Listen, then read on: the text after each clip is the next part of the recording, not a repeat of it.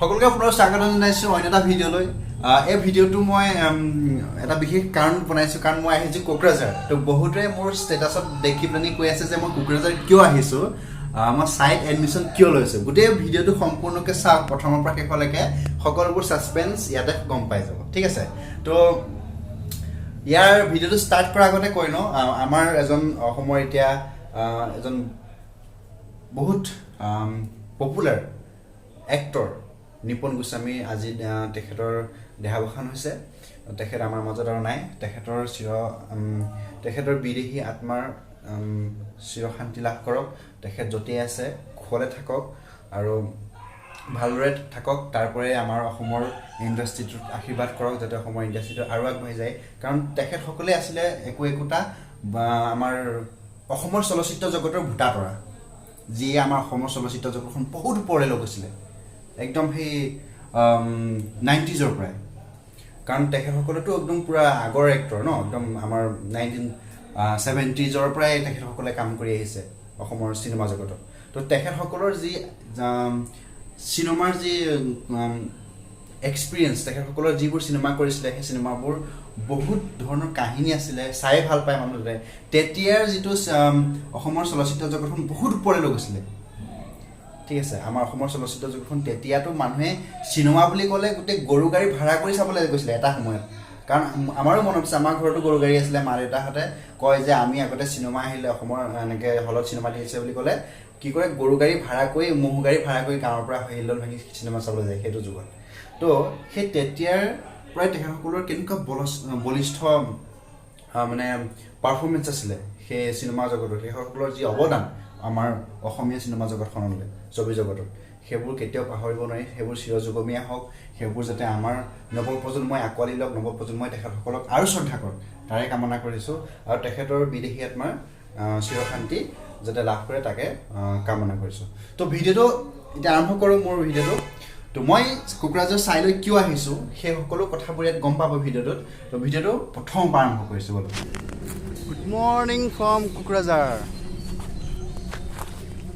আমি এতিয়া আহি পালোঁ এই কোকৰাঝাৰ।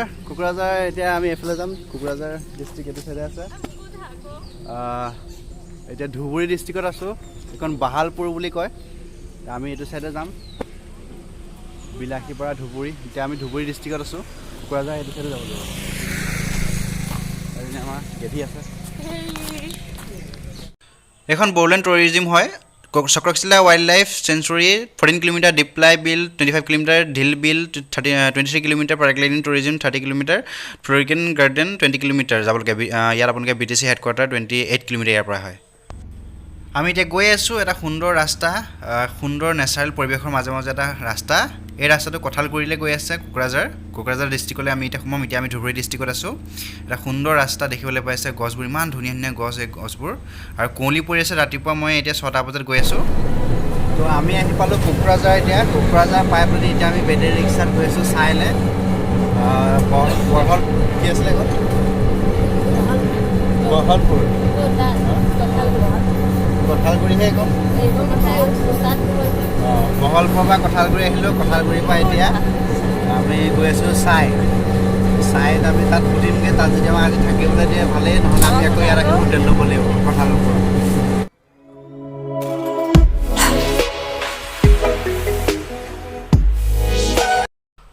সেই বিল্ডিংটো দেখিছে, সেইটো হৈছে চাইৰ চেণ্টাৰ হয়, স্পৰ্টছ অথৰিটি অফ ইণ্ডিয়া। তো আমি তালৈকে গৈ আছোঁ এতিয়া। এতিয়া আমি চাই পালোঁহি, চাইত আমি চাহ খাবলৈ আহিছোঁ।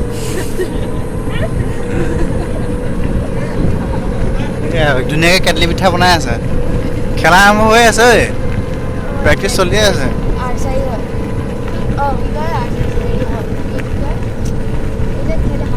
হকী হৈ আছে।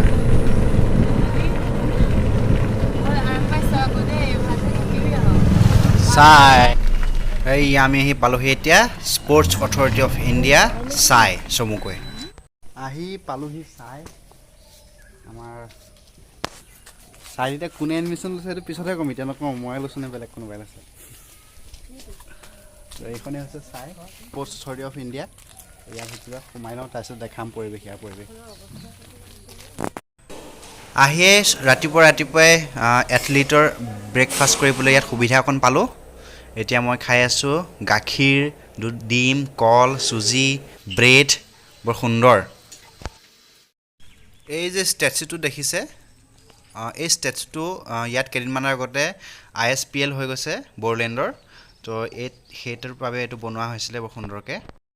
আৰু এই ডেক'ৰেশ্যনবোৰ প্ৰায় সেই খেলখনৰ কাৰণে হৈছিলে, ISPLৰ কাৰণে। আৰু সুন্দৰ এখন ইয়াত খেল হৈ গৈছিলে, সুন্দৰ 23 তাৰিখে নে 24 তাৰিখে আছিলে। আৰু ইয়াত একেলগে 560জনী ছোৱালীয়ে বাগৰুম্বা নাচিছিলে। আৰু এইখনেই হৈছে স্পৰ্টছ অথৰিটি অফ ইণ্ডিয়াৰ SAI কোকৰাঝাৰ চেণ্টাৰৰ প্লে'গ্ৰাউণ্ড। এইখনতে এয়াৰ ট্ৰেকতে সিহঁতি প্ৰেক্টিছ কৰিব লাগিব। এইখনে সেইখন ফিল্ড।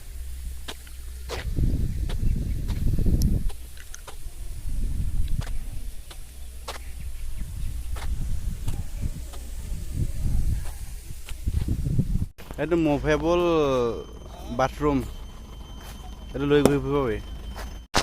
ৰুম ল'লোঁ ইয়াতে আহি কোকৰাঝাৰত। এতিয়া ছাইট এডমিশ্যন হৈ গৈছে। কাৰ এডমিশ্যন হৈছে মই এই কথাটো কৈ আছোঁ ভিডিঅ'ত।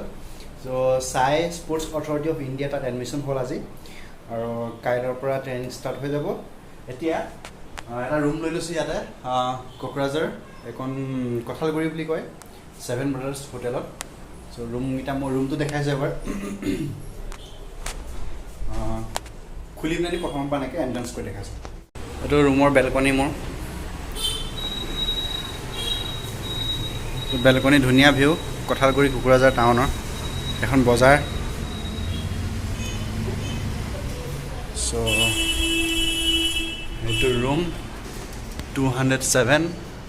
এইটো সোমাই আহি বৰ্ড আছে, TV আছে, এইটো কাবাৰ্ড আছে, এটা ব্লেংকেট আছে ৰাতি ল'বলৈ। এইটো এটা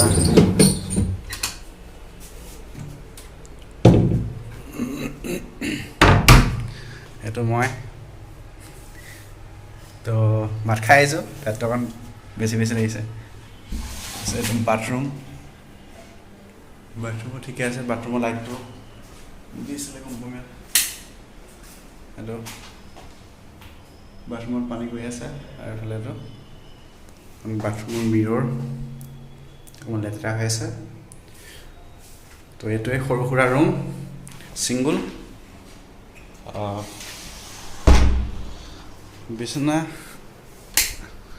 বিচনাখনত ভালো লাগিব পৰি পেলানি।